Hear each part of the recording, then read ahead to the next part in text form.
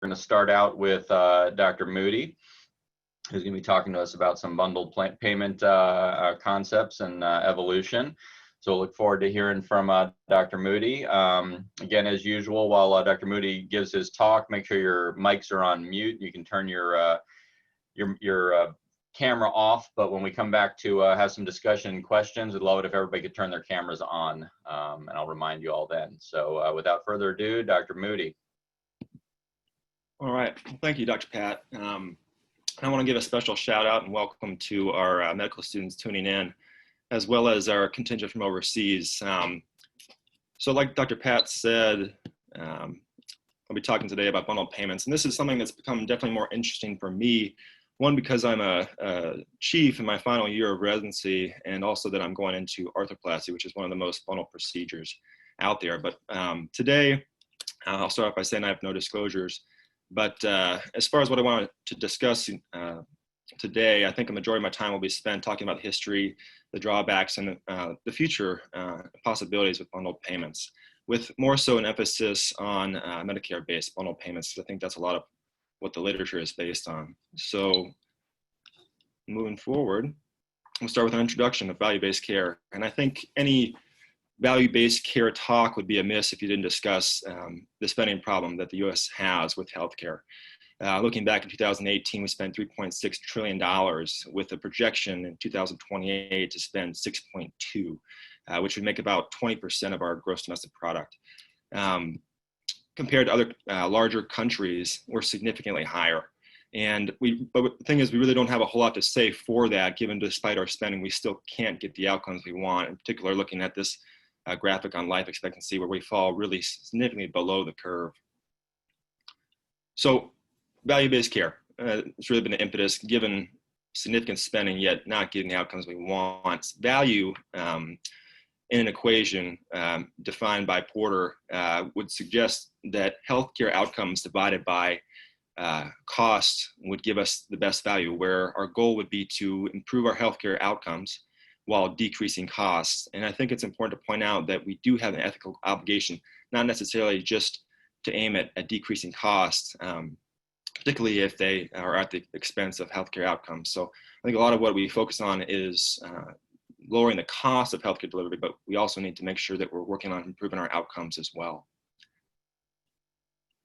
So looking back in 2010, we had the enactment of the Patient Protection and Affordable Care Act, Obamacare, which authorized a special section of CMS, or the Center for Medicare and Medicaid Services, or for the Center for Innovation within CMS, they were tasked with the development of a new healthcare payment and new delivery models, really trying to transition from what was more of a fee-for-service system to more of a value-based care system, emphasizing quality and working to decrease costs across episodes of care.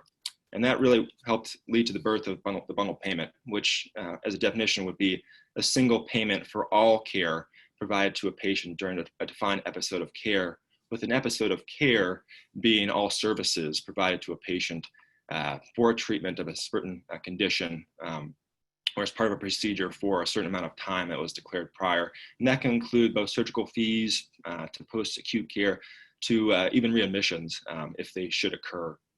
And what this really is a shared value proposition for providers, healthcare systems, and payers, really work on improving quality and efficiency. There's an opportunity really to have a provider take autonomy and ownership of a patient's care and help them deliver them from the beginning to an end of an episode, and in doing so, helping to improve coordination between providers and healthcare systems, and possibly having the potential to moderate healthcare costs in the process.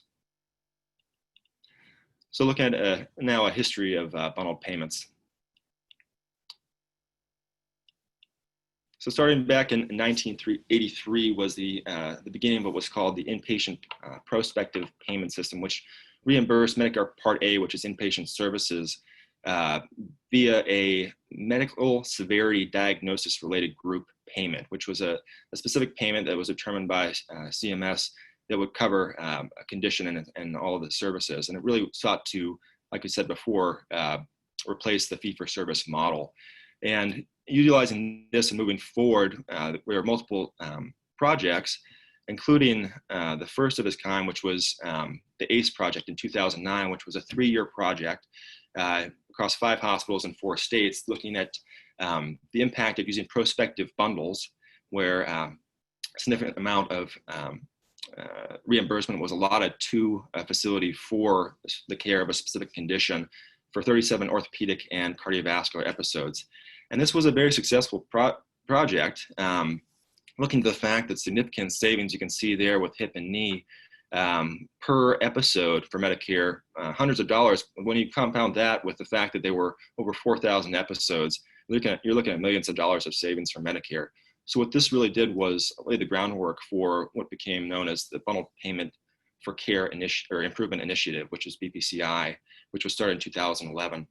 And initially planned for 3 years, it was so successful they kept going until 2018. This was a voluntary program where you had participants or episode initiators, another term for that, used within the program, anywhere from large healthcare systems to single subspecialty groups. That included 4 models. I highlight the second of which was the inpatient retrospective model, which included 90 days postoperative care. A little bit of dealer's choice with these programs, with the BPCI. You had 4 program models, which I listed there, but also you had varying episode lengths and levels of risk with different exclusions of outliers. With that meaning that if you have certain patients that unfortunately require more increased care and more expenditures, they could actually be left out of determination of prices. If they met criteria beyond your 99th percentile, you were able to take those out of your prices.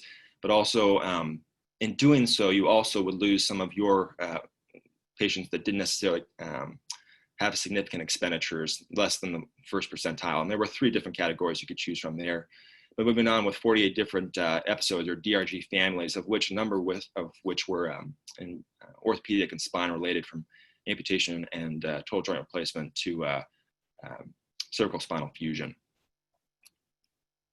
So the premise behind the BPCI was the setting of a target price, which for a specific episode, where you had the price determined from historical costs from over the past 3 years, for your essentially looking at your efficiency and what you spent previously.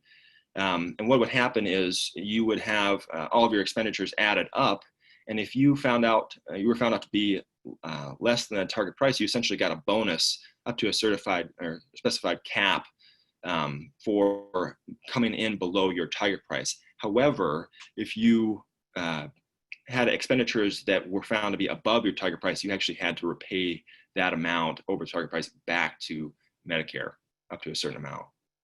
But really what it was is your target prices would continue to be set based on your previous performance. And looking at our experience here at Ortho Carolina, we were a measure of success. And this is a study done by Dr. Kurt and Dr. Odom, as well as Dr. Russell, previous fellow here at the Hip and Knee program, where looking at all DRGs across subspecialties, we actually significantly lowered our median expenditure in our BPCI patients. In doing so, specifically also lowered our post-acute care and actually improved our outcomes by lowering our readmission rates. So I think that we could say that we were a measure of BPI success. And I think looking specifically at the Hip and Knee Center, I think it's important to show just how well they did it, and not just trying to toot our horn, but we really made this into a science, and by different principles, including identification where everybody knew, including the patient, that they were being involved in a bundle and knew the pathway and knew the plan. We also performed risk assessment, but helped us perform optimization. We actually developed a risk assessment tool and applied this to patients preoperatively, looking not just at their health status, but also psychosocial factors that can contribute to a score that would suggest, if it was higher, that they may need post-acute care. And that was important, one, because we found out along the way that a lot of the biggest variation in expenditures for bundled patients was post-acute care, with up to 50% of inpatient costs and 85% of variability in episode costs coming from post-acute care, which really showed to be an opportunity for savings. So going back, and other things that made us successful were communication. We had a great infrastructure and set up a great infrastructure, much of which is still here, that allowed us to help patients navigate and have an efficient process. And for follow-up, we really had evidence-based patient-specific follow-up that I'll also include the fact that we vetted home health, skilled nursing facilities, and inpatient rehabs with the help of the patients to find out which ones worked best and did the best for patients with their input as well. But BPCI wasn't for everybody. I think, with our experience with our spine group early on looking at BPCI, they looked specifically at the cervical spine DRGs. They showed that spending was significantly more for the BPCI patients.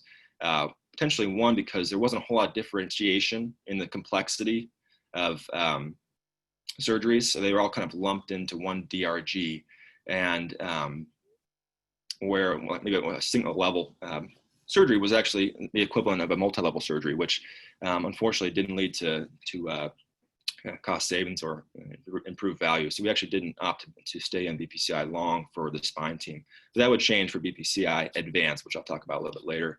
But in 2015, you had the enactment of MACRA, which is the Medicare Access and CHIP Reauthorization Act of 2015.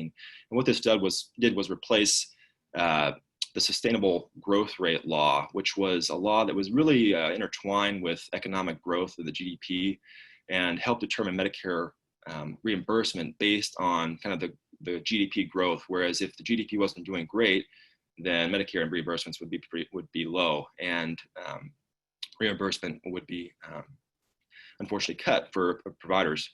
But what the MACRA did was establish the QPP, which established two methods of reimbursement for Medicare, one of which was the MIPS, or the Merit-Based Incentive Payment System, the other of which was Advanced Alternative Payment Models. And looking briefly at MIPS, I think, and advanced APDMs, I think you could spend a whole talk on this. But I think for MIPS, briefly, what it did was consolidated previous established quality systems into one composite score that reflected your quality. And your reimbursement was determined based on this composite score. Whereas with advanced APMs, an alternative payment model, I'll describe a few. You were involved in an APM and you had incentives to meet as far as your Medicare beneficiary involvement in order to get incentives.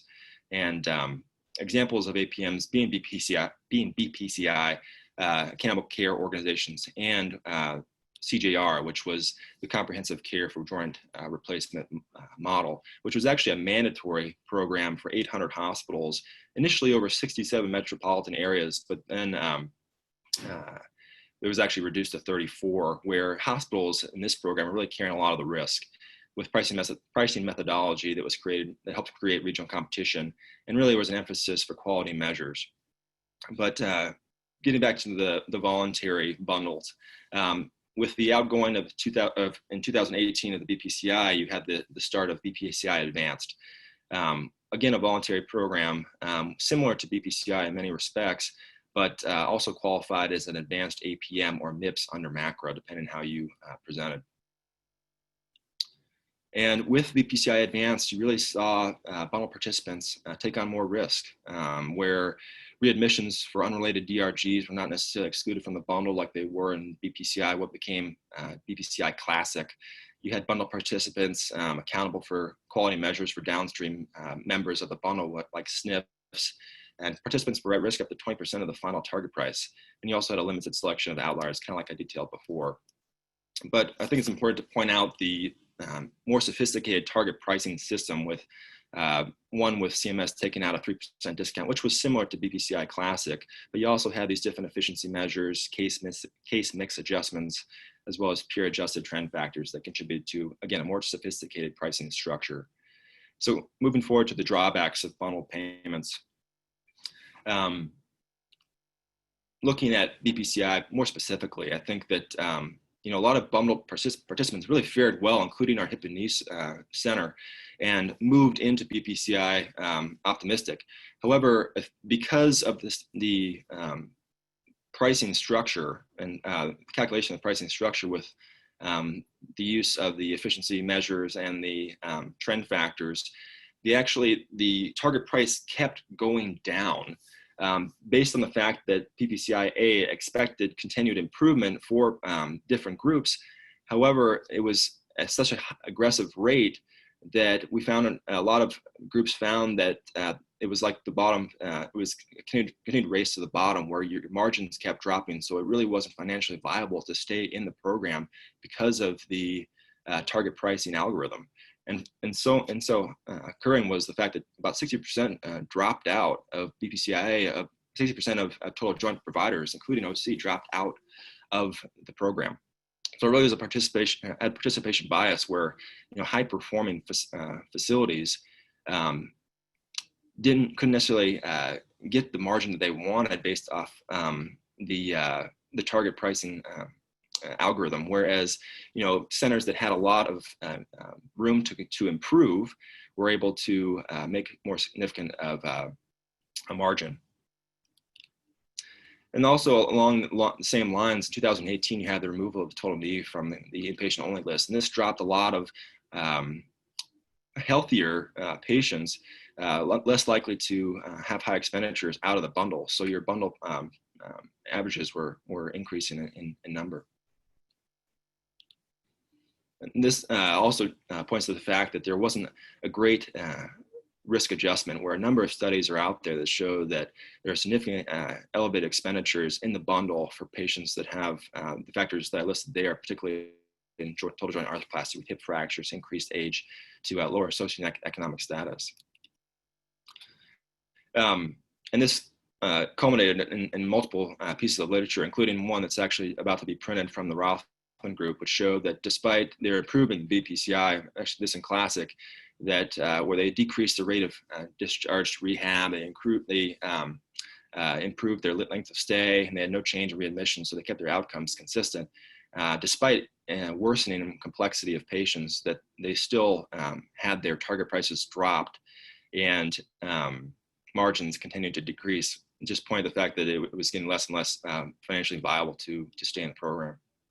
And that being said, there's a lot of infrastructure costs too for these programs, where in order to be successful, you have to have a number of members that are involved in patient navigation as well as data analysis to really to do well in this program. And a lot of this was unaffordable for smaller volume entities, which had to consider consolidation. That being said, taking a step back, there in BPCI, there have been successful groups. And I want to point out the fact that one of those groups particularly is CNSA, who's doing quite well in BPCIA, involved through the MIPS program. They're also taking advantage and coordinating bundles with Medicare Advantage and doing quite well with that. But I also want to point out the fact that they are a center of excellence, and they meet that criteria through the Pacific Business Group on Health. It's actually a specific group of criteria that allows them to support 6 large employers who actually have a travel program to Charlotte to help get patients here for the CNSA group to deliver high quality care for these 6 large employers. So I think it's pretty special. So let's talk quickly about the future of bundled payments. And I think there's a lot of opportunity. And I think that we had the opportunity to listen to Chad Mathers when he came and spoke to us a few years ago about what's called population-based bundles, which really focus on a condition and the patient-based level, as opposed to more the procedure level where we start a bundle, the procedure, and then we go 90 days out. This really kind of looks upstream and tries to address the patient early on to optimize the patient and their condition with utilizing non-operative measures, but also points to appropriate use of surgical interventions as well at the appropriate time. And I'll point out 2 programs, one of which is the current at Duke, like we learned from Chad Mathers a few years ago, which is a successful program called the Joint Health Program. Actually co-founded by my my summer physics lab partner, which was Morgan Millay, which is a comprehensive multidisciplinary program that's really centered around the relationship between a primary osteoarthritis provider and the patient. And the primary osteoarthritis provider is actually the POP. And they with this, it's like I said, multidisciplinary. So they address not just arthritis, but sleep hygiene, functional training, education of the condition, as well as weight management and nutrition. And it's really a well-run program, a systematic, but also tailored to each individual patient to hopefully establish them with the goal of moving towards more independent management of their condition, which in this case is osteoarthritis. With that being said, they have a significant algorithm where if a patient isn't doing so well with even despite their interventions, they do apply and refer back to the surgeon if surgery is needed. So it's definitely a multidisciplinary approach that seems to be doing well so far.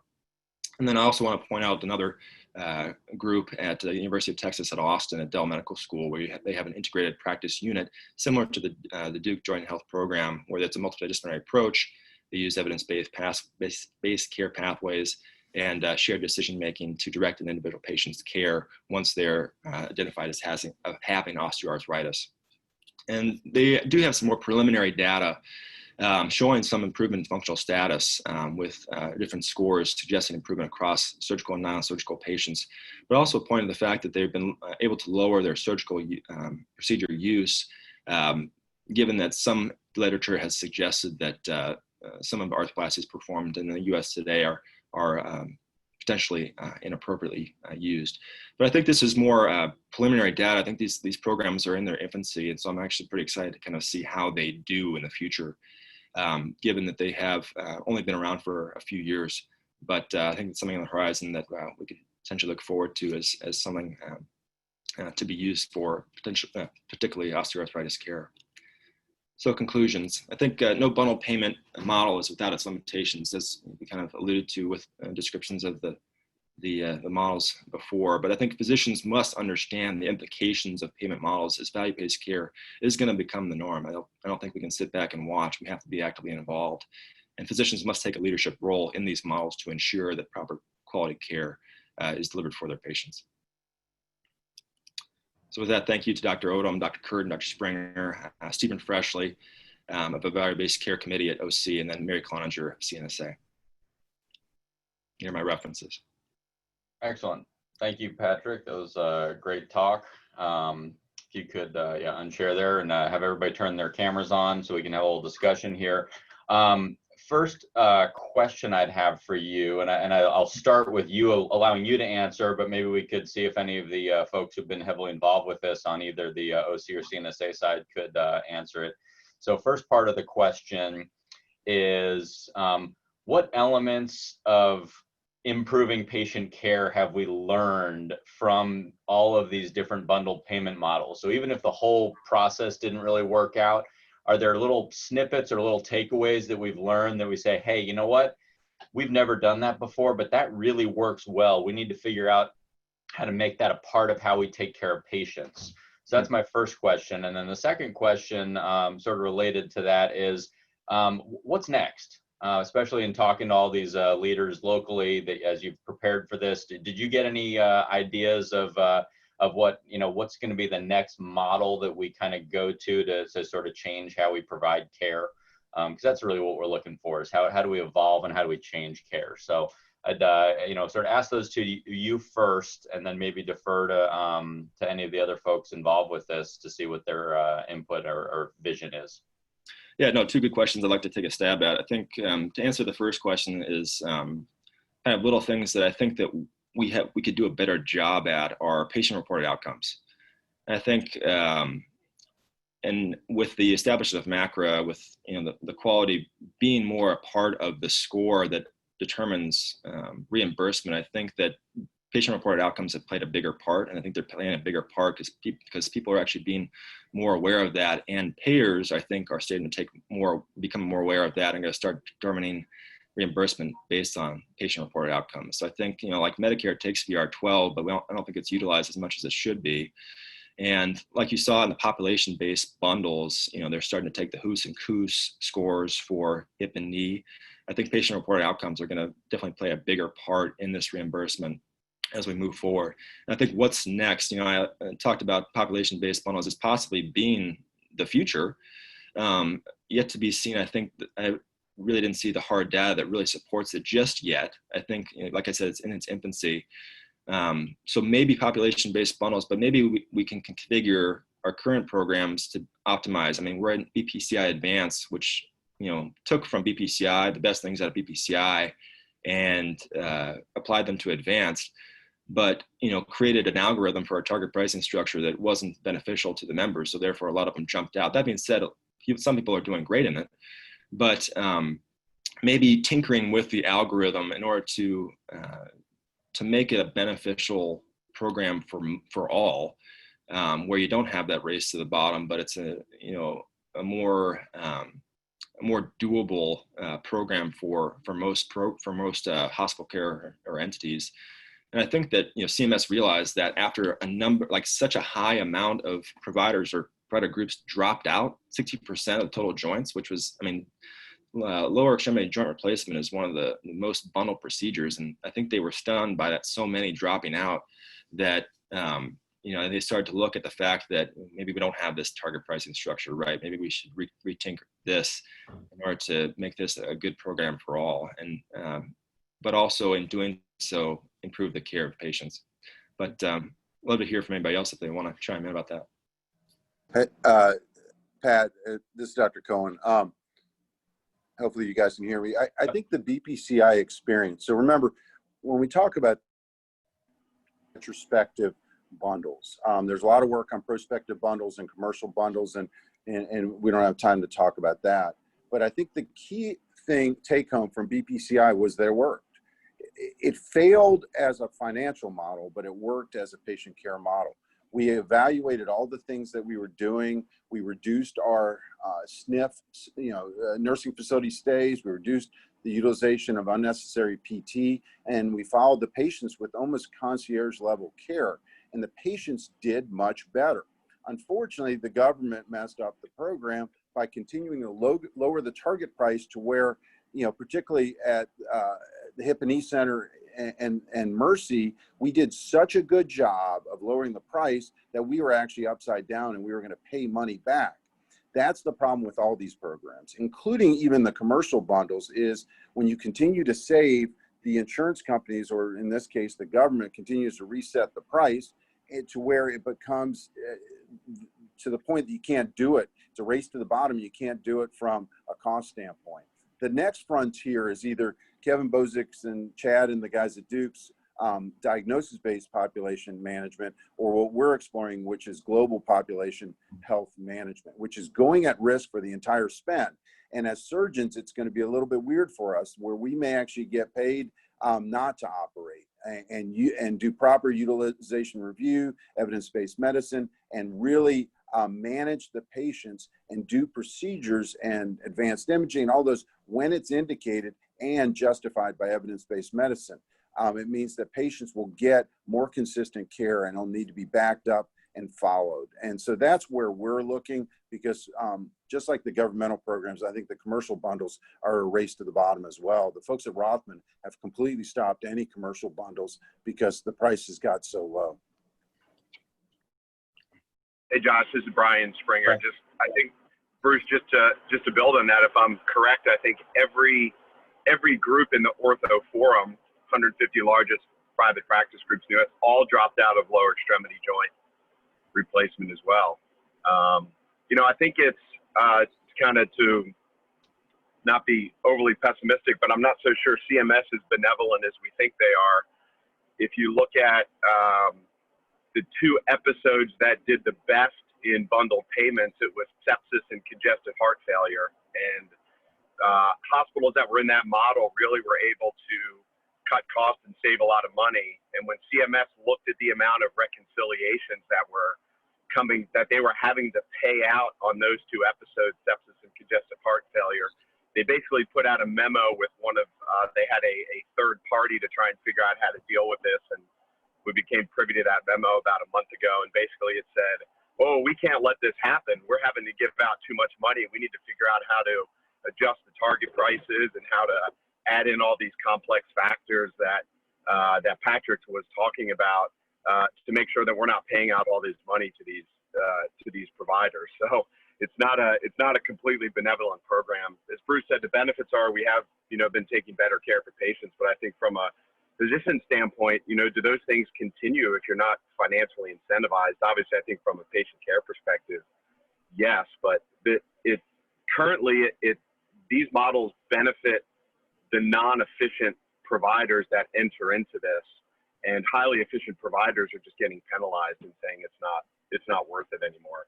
And I think the impact that taking total knee off the inpatient only list had was perhaps unpredictable, unforeseen, but had a huge impact.